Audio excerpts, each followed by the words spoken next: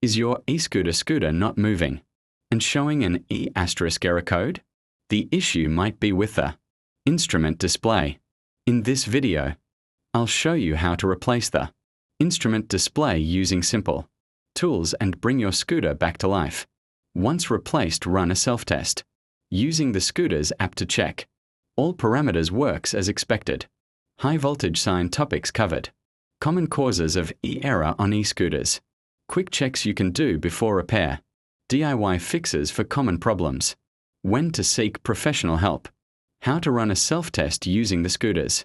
App to check all parameters works as expected. Hammer and wrench whether it's a battery, controller, or wiring issue. This guide will help you identify the problem and get your e-scooter back on the road. Hammer and wrench, no need for costly service centers. Fix it yourself, test all functions, and ride with confidence.